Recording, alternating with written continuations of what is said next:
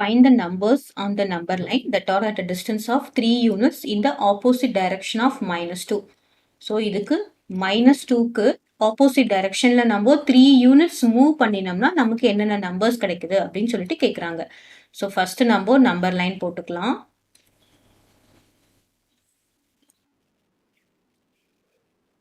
So, number line double headed arrow mark போட்டாச்சு.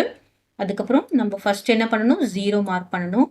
இப்போ right hand சைடில் இருக்கிறது பாசிட்டிவ் இன்டிஜர்ஸ், 0க்கு ரைட்டில் இருக்கிறது பாசிட்டிவ் இன்டிஜர்ஸ். அப்போ நம்ம என்ன பண்ணணும் 1 2 3 4 5 6 அப்படின்னு போயிட்டே இருக்கும். சரியா? நம்ம 2 4 6 2 கண்ணா பின்னான்னு எழுதக்கூடாது. 1க்கு அப்புறம் 3 எழுதக்கூடாது.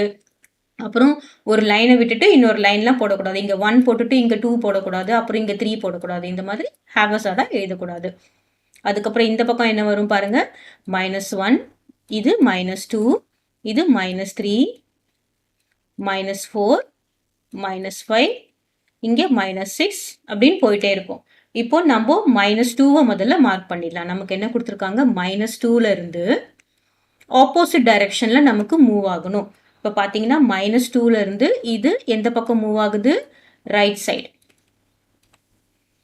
அதே இந்த -2ல இருந்து இது எந்த பக்கம் மூவ் ஆகுது அப்படின்னு பார்த்தோம்னா left side.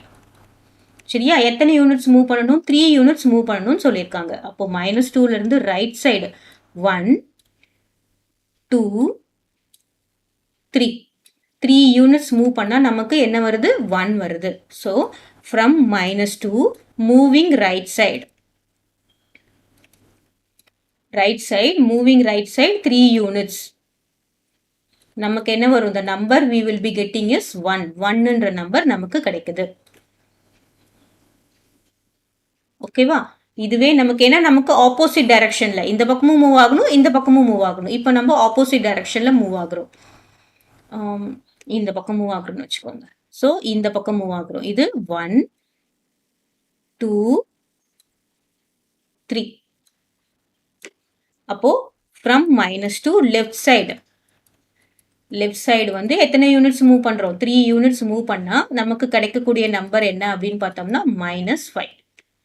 So we will be getting, what are the two numbers we are getting, opposite டைரக்ஷனில் மூவ் ஆகும்போது, அதாவது -2 கூட இந்த பக்கம் ரைட் சைடில் +3 நம்ம ஆட் பண்ணினோம்னா நமக்கு என்ன வரும், 1 வரும்.